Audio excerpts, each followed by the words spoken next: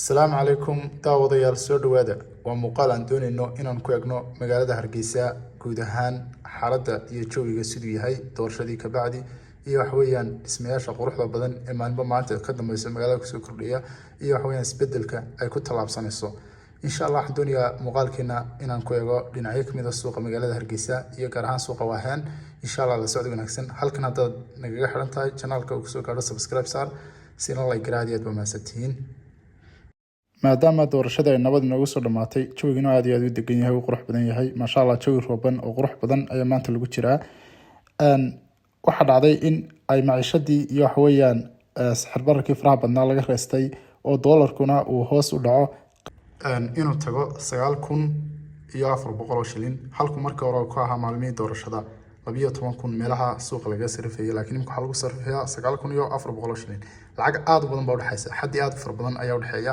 marka ilaa intaas ay doolarkii uu hoos u soo dhacay shilinkiina wuxuu ku soo noqday positionkiisii ay dadku magaranaysa ay ku kalsoonaayeen ee mar walba magaranaysa ay wax ku iibsan jireen marka taas ayaa kaliftay in wax weeyaan dad far badan ay lacagoodii bangiyada ku soo celiyaan halka markii hore dadku doolar una ay raadinayeen laakiin imika shilin ayaa la raadinayaa taas waxay keentay in qiimaha shilinku kor u kaco isbedel far badan oo suuqa uu magaranaysa uu ka dhaco iyo dhaqdhaqaaqyadii iyo ganacsiyadii wax weeyaan bilaabay inay magaranaysa meheradoodii inay dardar geliyaan oo wax weeyaan ganacsigii ay aad iyo aad ugu dhiradaan inay magaranaysa ganacsiyadoodii magaranaysa markii hore ganacsiyadu furaayeen laakiin magaranaysa suuqu sidiisa hore ku soo noqdo xawli ku shaqeeyo guud ahaan waddanka nabadgelyo aad iyo aad far badan ka jirta waana wax aad iyo aad loogu farxo waxaan oran karnaa waa doorashadii ugu nabadgelyada badnayd intaan xasuusanahay wax weeyaan wax mudaharaad iyo qabqabsi muran la sheegaan ka dhicin laakiin waxa weeyaan walba halkiisa uu ku ambaliyay isla markaana shacabka Soomaaliland ay aad iyo aad ugu wada faraxsan yihiin maanta xaaladda lagu jiro iyo nabadgelyada waddankeena ka jirta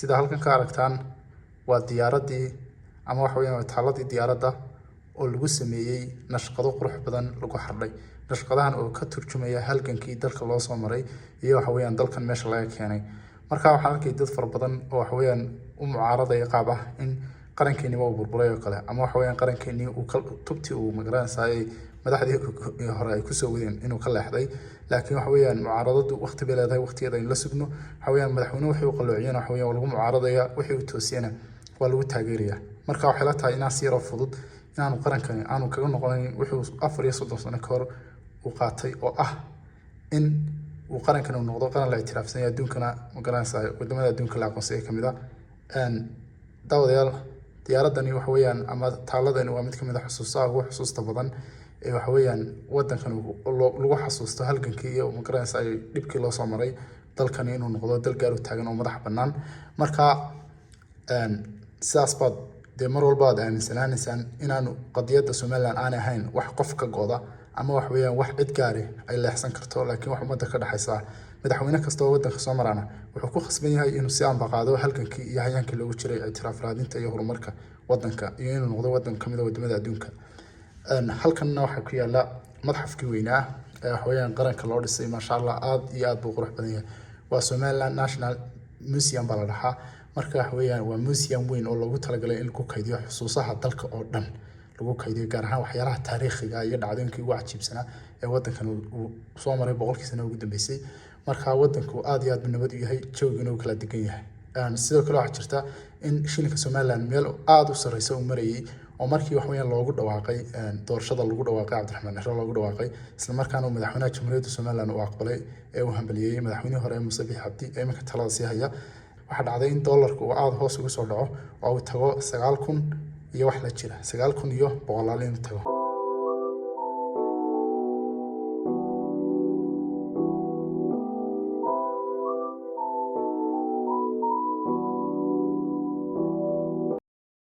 iminkana waxaan soo gaadhay suuqii khudaarta halkan waxaa lagu iibiyaa fruitiska ama khudaarta aan dabka u baahnayn sharaabada kala duwan iyo fruitka noocyadiisa kala duwan ayaa lagaga sameynayaa aad iyo aad baan anigu runtii u jeclahay maasha Allah saxan weyn bay keeneen intan ba iga badanba runtii haraadka iyo daalku kaa hadhaya haddaad intaa aada isku hubsato.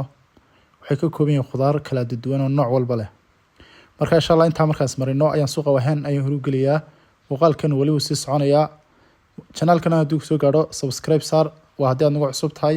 haddii aad nala joogtayna fadlan channelka noo like garee, noola share garee si uu usii gaadho asxaab kale oo adigoo kale wanaagsan. aad iyo aad baa mahadsantihiin. iminkana waxaan soo gaadhnay suuqii Wahen. suuqani waxa weeyaan waa suuqa ugu weyn Somaliland, gaar ahaan wuxuu noqon karaa mid ka mid ah suuqyada ugu waaweyn deegaanada Soomaalidu ay degto. suuqan marka hore waxa suuq waxa weeyaan jiingado iyo magaranaysa dhismayaal isku dhex daadsan ayuu ahaa oo wadooyin fiican ma lahayn. waa sababta keentay inuu gubto. laakiin markii uu gubtay qaabkan ayaa loo ekaysiiyey. isbedel fara badan baa lagu sameeyey. wadooyin waaweyn baa laga dhex saaray. drainage baa loo sameeyey, leerad baa loo sameeyey, baarkina loo sameeyey. aad iyo aad baa loo qurxiyey. taasna waxa weeyaan waxaa sabab u ah ama saldhig u ah wax wada qabsiga iyo isku tiirsanaanta iyo midnimada shacabka Somaliland ka dhaxaysa. suuqan waxa ku ganacsan jiray Soomaali oo dhan ku ganacsan jirtay, gaar ahaan reer Somaliland waxa ku ganacsan jiray dad kale oo ka yimid deegaanada Soomaalida. marka waxa weeyaan reer Somaliland isku tashi fara badan ayay sameeyeen in suuqoodii dib u dhisaan oo ay dib u qurxiyaan oo ay ka dhigaan mid kii hore 100% ka casrisan, ka qurux badan, kana magaranaysa baaxad weyn. waayo marka hore waxa dhismayaal yar iska caadi ah u badnaa, laakiin marka dhammaan dabaqyada laga wada dhigay, dabaqyadaas waxay keenaysaa in capacity-ga suuqu kordho, space fara badan baa soo baxay. marka halkan haddii la furo jaamka iyo cidhiidhiga faraha badan aad buu magaalada uga yaraanaya. bal waxaan doonayaa inaan dadka suuqa jooga ee ku ganacsanaya inaan su-aal iyo laba weydiiyo, ama shaqaalaha. bal waxaan doonayaa inaan su-aal iyo laba weydiiyo shaqaalaha goobta ka shaqeynaya. suuqan miyaa la wada kirastay, miyaa la wada degan yahay, mise weli waxbaa ka bannaan? kole su-aalaha ugu badan lasoo weydiin doonaa noqon doontaa ma dadkii horu deganaa unbaa ku ganacsanaya, mise dad cusub ayaa imaan kara oo waxa weeyaan meela ka kiraysan kara. bal waan doonaya insha allah su-aashaan inaan weydiiyo. maasha allah, aad iyo aad waxa weeyaan suuqa wax badan baa laga bedelay. quruxdiisa waxa weeyaan inaba malayn kari maysid. waliba saas xalxalkii waxa qurxinta naashnaashinta ugu hadhay. waliba qabyo suuqa waa la wadaa, waa laga shaqeynaya. laakiin waxa oran karaa 95% uu soo gabagabay, ama 98% oo kale waa gabagabayaan oran karnaa. wax badan ma harsana.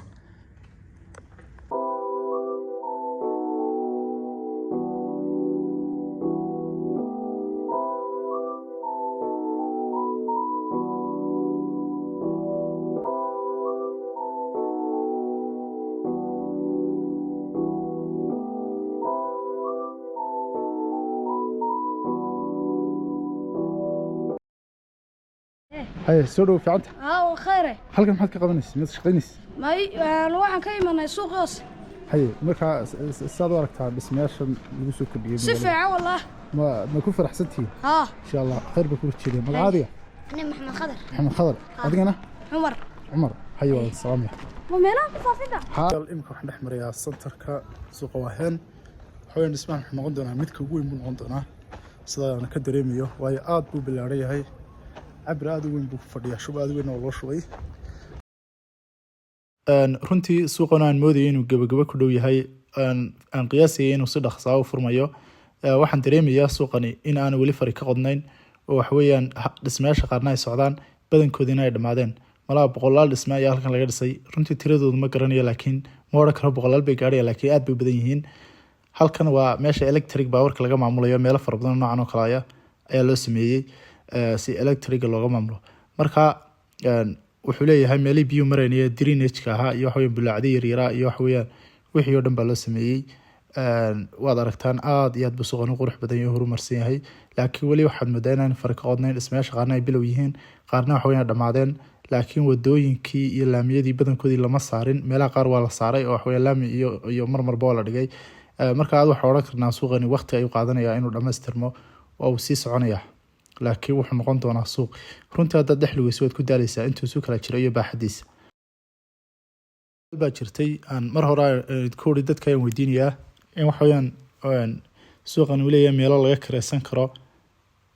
runtii suuqan gebi ahaanba waxa weeyaan waxa la kiraystay saa laga sheegay markii siyaaska la dhigayay ee la faadfaadhayay ayaa la kiraystay wixii bannaanaa ee markaan cidigelin. laakiin badankooda waxaa loo dhisayay dad suuqani ka gubtay ayaa dib loogu dhisayay oo dadkii markii hore deganaayeen baa dib u geliyay. laakiin meelaha soo hadhay maadaama inta badan dhismayaasha laba dabaq ay yihiin, waxa weeye markii hore dhismo saxada qoro ahaa, laakiin laba dabaq laga dhigay, space baa kasoo hadhaya ama qolaal bannaan. qolaalka waxa la kiraystay saa laga sheegay markii suuqa asaaskiisa ugu horreysay baa la kiraystay.